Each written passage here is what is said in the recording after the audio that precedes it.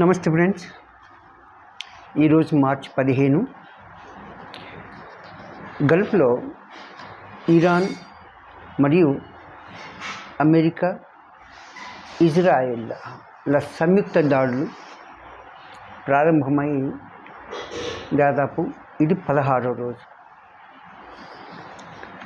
అంటే ఎన్ని రోజులైనప్పటికీ Iran America Israel మీద దాడులతో పాటు గల్ఫ్లోని ఇస్లామిక్ దేశాలలో కూడా దాడులు చేస్తూ ఉంది. ఇన్ని దాడులు చేసినప్పటికీ కూడాను గల్ఫ్ దేశాలు ఇరాన్ పైన ఎందుకు యుద్ధాన్ని లేదా ఎందుకు అటాక్స్ చేయడం లేదు అనే దానికి కొన్ని కారణాలు ఉన్నాయి. మొదటిది, ఈ యుద్ధాన్ని ప్రారంభించింది ఇజ్రాయెల్ అమెరికా సహాయంతో. యుద్ధం చేస్తున్నట్టు గల్ఫ్ దేశాలకు తెలియదు, కానీ యుద్ధాన్ని ప్రారంభించింది మాత్రం ఇజ్రాయెల్. ఎందుకు? తనకు శత్రుశేషం లేకుండా చేసుకోవడానికి అందుకు సహాయపడింది అమెరికా. అంటే ఈ యుద్ధంలో ఒకవేళ ఇరాన్ ఓడిపోతే లాభపడేది ఇజ్రాయెల్ మరియు అమెరికా.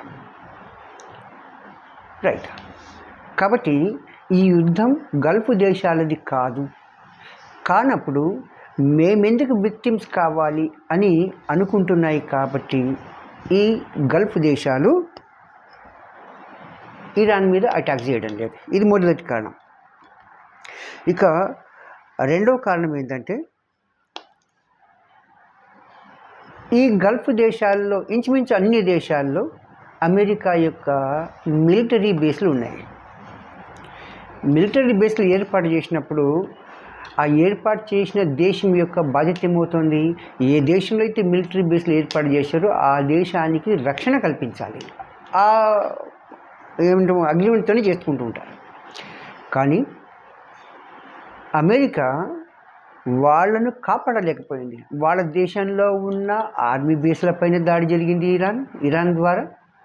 అలాగే జనావాసాల మీద జరిగింది, ఎయిర్పోర్ట్ల మీద జరిగింది, బ్యాంకుల పైన కూడా దాడి చేస్తామని చెప్పి ప్రకటన చేసింది, హెచ్చరిక చేసింది ఇరాన్. కానీ అమెరికా ఈ గల్ఫ్ దేశాలకు సేఫ్టీ అండ్ సెక్యూరిటీ ఇవ్వలేకపోయింది. అంటే అమెరికా మీద నమ్మకం తగ్గింది. ఎందుకు? ఇజ్రాయెల్ను రక్షించడానికి మా రక్షణను ఈ అమెరికా పక్కన పెట్టింది అనే ఒక అనుమానం వాళ్ళలో ఉంది. ఇది రెండవది. మూడవది ఏంటంటే, అమెరికా మమ్మల్ని మా మానాన మాకు వదిలేసింది, మా గురించి పట్టించుకోవట్లేదు అనేది మూడవది. ఇక నాలుగవది ఏంటంటే, ఈ ఇస్లామిక్ దేశాల్లో చాలా దేశాలు సున్నీ, కొన్ని షియా ఉన్నాయి. సున్నీ ముస్లింలు షియాలకు వ్యతిరేకిస్తారు, షియా ముస్లింలు సున్నీల్ని వ్యతిరేకిస్తారు. కానీ ఇద్దరు కూడా ఇజ్రాయెల్ని వ్యతిరేకిస్తారు. ఒకవేళ ఈ దేశాలు అంటే గల్ఫ్ దేశాలు ఇరాన్ మీద అటాక్ చేస్తే అటు సున్నీలు ఇటు షియాలు ఇద్దరు కూడాను తప్పుగా అర్థం చేసుకునే అవకాశం ఉంది. అర్థం చేసుకుంటారు కూడా. ఎందుకు? ఈ గల్ఫ్ దేశాలన్నీ ఇజ్రాయెల్ తరఫున ఇరాన్ మీద దాడి చేస్తున్నాయి. అంటే ఒక ముస్లిం అయి ఉండి ఇంకొక ముస్లిం పైన ఒక యూదుల వల్ల లేదా యూదులకు సహాయం చేయడానికి లేదా మేలు చేయడానికి దాడి చేస్తున్నాయని చెప్పి ఒకవేళ ఫీలింగ్స్ వస్తే ఆ దేశాల్లో తిరుగుబాటు తప్పదు. ఇది నాలుగో కారణం. ఇక ఐదవ కారణం ఏంటంటే,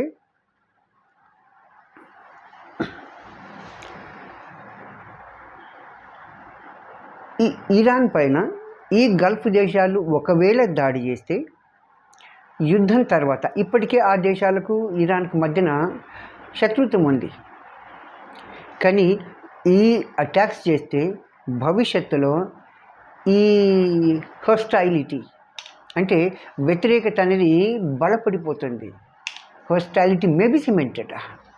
కాబట్టి ఈ దేశాలు భవిష్యత్తులో ఇరాన్ నుంచి ఎక్కువ మొత్తంలో శత్రుత్వాన్ని పెంపొందించడానికి ఇష్టపడట్లేదు. ఇది 5వది. ఇక 6వది ఏంటంటే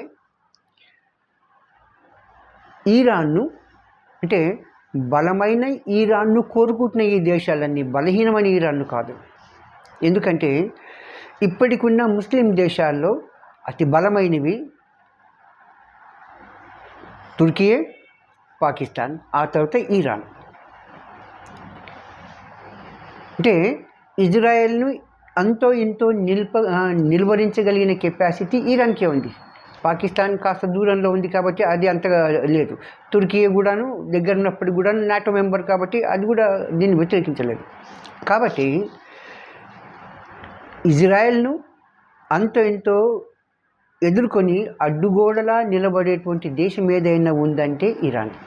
ఒకవేళ ఇరానే ఓడిపోయి బలహీన పడిపోతే మిగతా దేశాలపైన ఇజ్రాయెల్ యొక్క ఆధిపత్యాన్ని ఎవ్వరూ ఆపలేరు. కాబట్టి గల్ఫ్ దేశాలన్నీ కూడాను they want strong Iran, not a week Iran కదా. ఇది ఒకటి. ఇక ఆ తర్వాత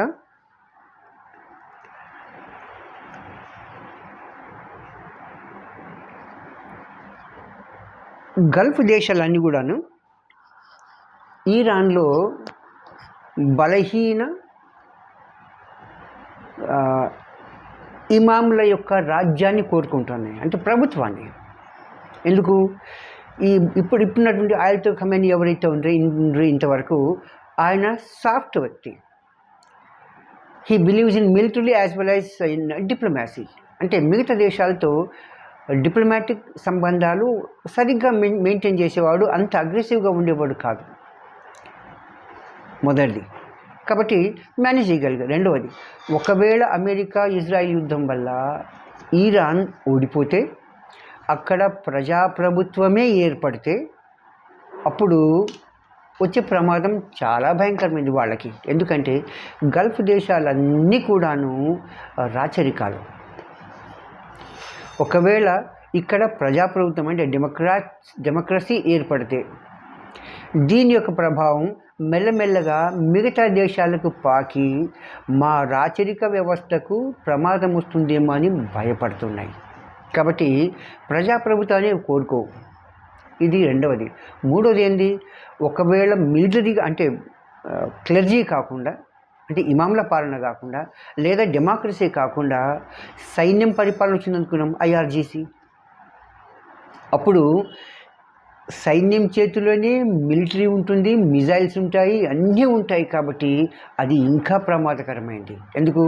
ఒకసారి మిలిటరీ మామూలుగా అవమానాన్ని భరించలేదు. కాబట్టి చిన్నగా కొద్దిగా ఏమైనా జరిగినా ఈ మిలిటరీ మిజైల్స్తోని, బాంబులతోని విరుచుకుపడే అవకాశం ఉంటుంది. కాబట్టి ప్రజాప్రభుత్వం కంటే, మిలిటరీ పాలన కంటే సాఫ్ట్ ఇమాంల యొక్క పాలననే ఈ దేశాలు కోరుతున్నాయి. కాబట్టి అవి వీటి మీద దాడి చేయట్లేదు. ఇక చివరిది ఏంటంటే, ఈ గల్ఫ్ దేశాలన్నీ ఎక్కడో చిన్న అభద్రతా భావం ఉంది వాటికి. ఏంది?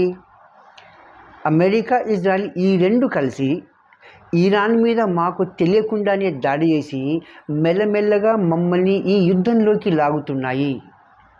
ఈ యుద్ధం వల్ల మాకు వచ్చేది లేదు, పోయేది లేదు.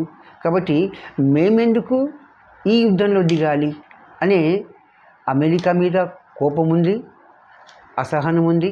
ఇజ్రాయెల్ మీద అయితే వ్యతిరేకత, శత్రుత్వమే ఉంది ఏకంగా. కాబట్టి ఇన్ని కారణాల వల్ల, ఈ 7 కారణాల వల్ల గల్ఫ్ దేశాలు ఇరాన్ మీద అటాక్ చేయడం లేదు, అంటే యుద్ధం ప్రకటించడం లేదు. Okay, thank you friends. జై భారత్.